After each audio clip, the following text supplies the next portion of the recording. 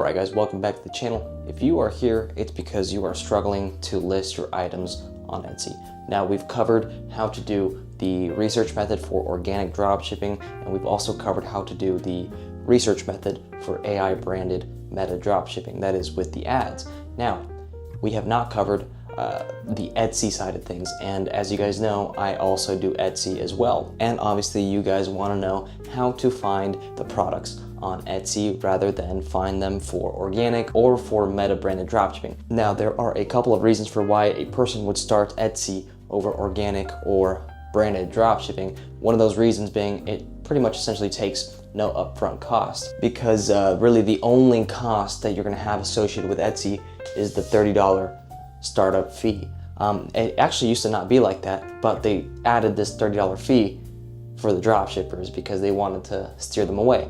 Now, Etsy has been coming back, and it's very easy for you to build a profitable store within just a couple of weeks if you apply the information that I'm going to provide with you today. Now, before we get into the product research methods for Etsy, we need to kind of speak about what Etsy is. So Etsy is pretty much a Amazon for handcrafted goods. So people go on there to craft handmade things, and unfortunately, whether you like it or not, I'm not here to tell you what's right or wrong, but unfortunately 90% of the people on Etsy are not hand creating their products. They either get them in bulk from China, or they simply just drop ship the items, or do print on demand, or do digital products. Now, I'm not going to cover digital products here today. I'm not going to cover print on demand. If that is something that you want to do on Etsy, we can talk about that in a different video, or you can join my Discord and we can chat about that. But dropshipping is probably going to be kind of the riskiest way to go on Etsy, but if you kind of just do it the right way and don't sell stupid shit on there, then you're probably going to be fine. Before we even get started with the product research method, you guys need to understand one thing. So every single store that is new, unless you already have a seller account, which is very good, every single store on Etsy that you create that is new is going to have a 14-day payout system. So this means that you're not going to get your money for 14 days, for about 90 days. So this 14-day payout will apply to your store for 90 days, and that means for 90 days you have to be a little bit more careful when you are doing the drop shipping, as opposed to when you just get 1-day payouts. And that pretty much means that they trust you more. They do the 14-day payouts here because they hold your money, and if you are drop shipping or you experience problems with your customers or get really bad reviews, it's safer for them, and they can kind of just hold your money there. So you want to make sure that you're doing shit right?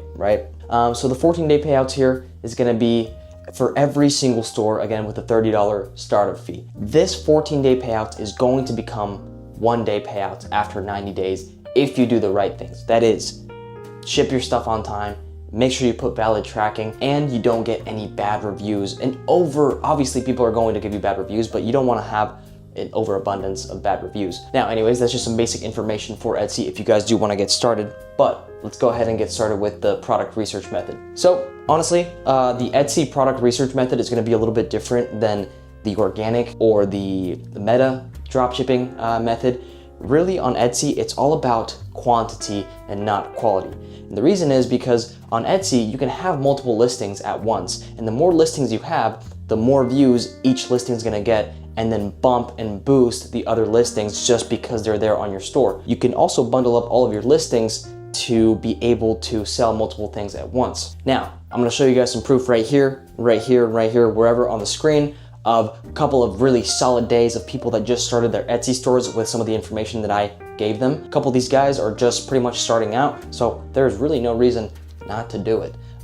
Anyways, it's very easy cash flow, and if you do it right, it can kind of set you up for a solid year because you can get sales consistently if you do the right things. Now on Etsy, because everything is handmade, you don't want to sell crazy wow factor items. You don't want to sell crazy solving problem items. Everything that you learn through the product research method for organic, for meta branded dropshipping is kind of something that you want to throw out the window. Because on Etsy, you cannot sell anything that is really, high technology. You cannot sell anything that is plugged into anything. You cannot sell anything that clearly drop shipped or created in a factory. It has to be things that look like they were made by a person. For example, some good niches to get into: home decorations, okay? And when you guys do your listings on Etsy, this right here is actually not a niche. This is a market. And you guys have to understand the difference, because that is what's gonna allow you to do the product research method pretty well.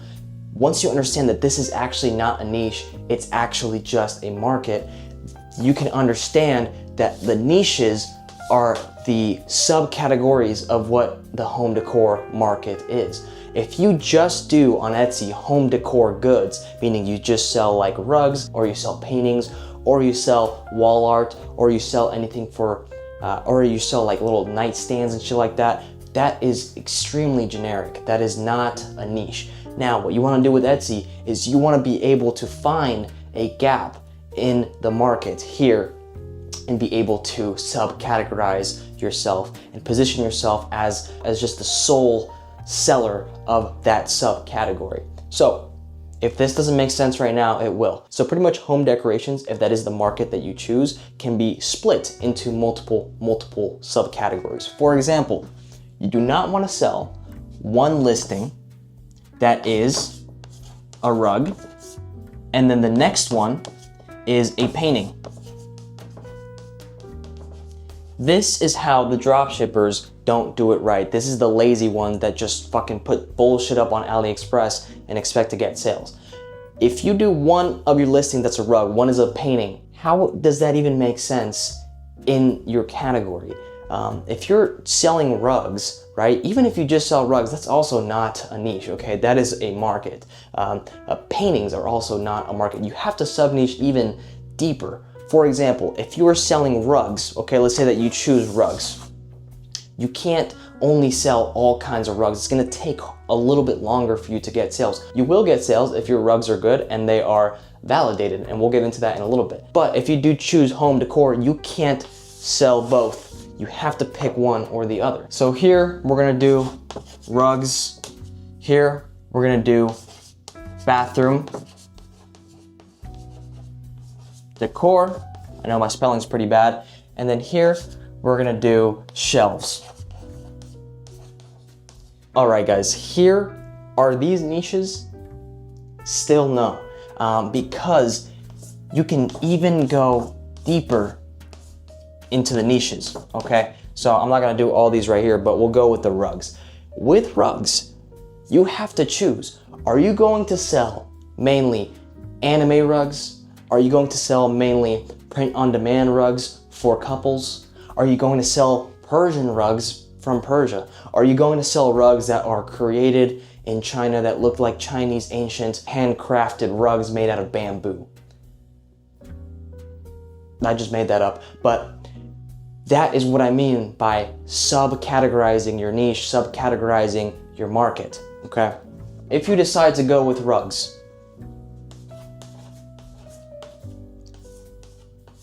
at this point, what you have to do is you have to surf through Etsy itself, okay? And with Etsy, there's a way to find the best sellers. It's not actually something that happens on Etsy. It's not a filter on Etsy, even though there's something very similar, but there is a way to find best-selling products. What you can do is look up these rugs, okay? And you can go into the listings of these sellers, and you can individually check in that store how many are selling for that specific rug. For that specific listing, how many have sold? For that specific store, what product is selling the most for them? You can find your winning products on Etsy alone by just surfing through Etsy and looking at people's sales. So with that being said, at that point, once you find a niche that you want to get into, and by the way, it's not hard to find a niche on Etsy. Again, you just have to find something that could be handmade. Once you find those products, once you find those stores and you see those products, you can clearly understand and see that they are drop shipped. You look them up on AliExpress and you find them. What you're gonna do is you're gonna subcategorize your niche and go, well, if we're doing rugs, we're only going to do Persian rugs. Now, Persian rugs is actually a pretty decent market. It's gonna be a little bit hard for you to find authentic Persian rugs on AliExpress, but there is a way to do it. If you go Persian rugs, you only have to post Persian rugs. Now, every now and then you can do a listing that is something else, and you can kind of split test what's working more, and if something else works, then you have to go all in on that.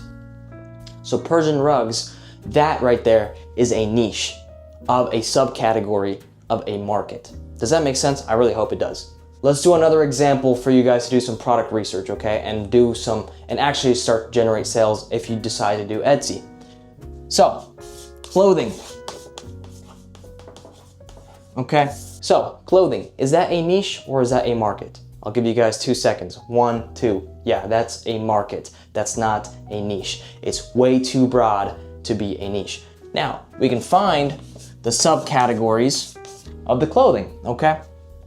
For example, women's clothing, okay? Now we're gonna do sports. And here we're gonna do gothic, or like Y2K, right? So are these right here niches? No, they are the subcategories of the market. So here, what you guys can do is pick one of these, and we have to micro niche it down to a level that we can be the best on Etsy to sell that kind of product. Let's go ahead and pick gothic, right? So with gothic, there is gothic jewelry. There can be gothic dresses. And there can be gothic, let's just say, gothic corsets, okay? Now, jewelry, we can even sub-niche that down to even more things. We can do necklaces, we can do rings, and yeah, that's fine, but jewelry is a little bit different.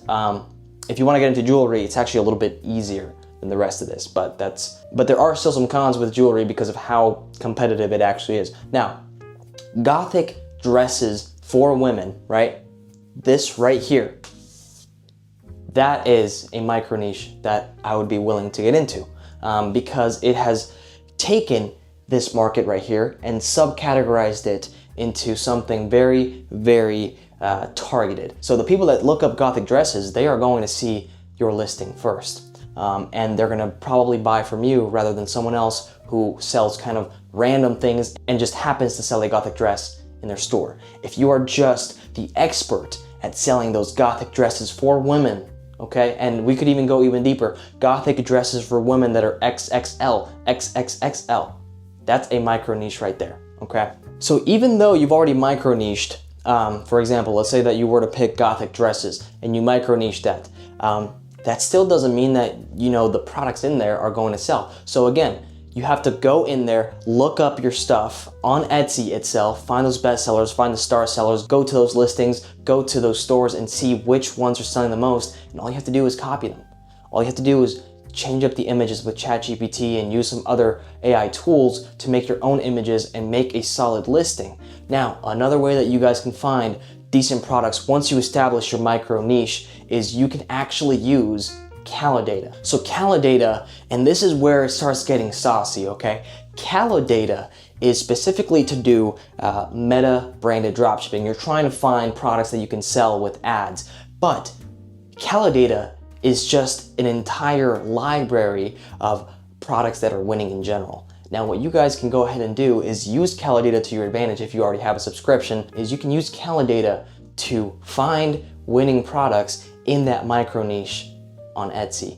Calidata has access to clothing, jewelry. It's not just wow factor products, it's the whole bunch. So when you go on Calidata, you can find, if you guys haven't seen how to validate products with Calidata, you guys can watch my last video. But once you're able to understand how to validate a product with Calidata, you can use the same information to apply to your Etsy stores and to your Etsy listings. So you can literally find winning Etsy products that are trending right now in that micro niche that you chose just by looking them up on Calidata and seeing if the graph correlates to a trending product. You can do the same thing with cross-referencing that with Amazon, seeing if it sells on Amazon. And if you do that and change up the images, make sure that it looks like it was a handmade product, then you can generate some sales. Now, again, I want you guys to be careful with Etsy. Etsy can work, and it does work if you do it right. I know how to do it. I've been in this game for a very long time with Etsy, and it just recently got back, and it's fucking great. Honestly, it's able to generate me a lot of cash flow for other projects, other businesses such as Shopify and ads and other things. So I really highly recommend for you to start Etsy. I really hope that this video was helpful for you guys. If you guys have any questions, please do not hesitate to ask or hit me up on Instagram. And honestly, thank you guys for watching.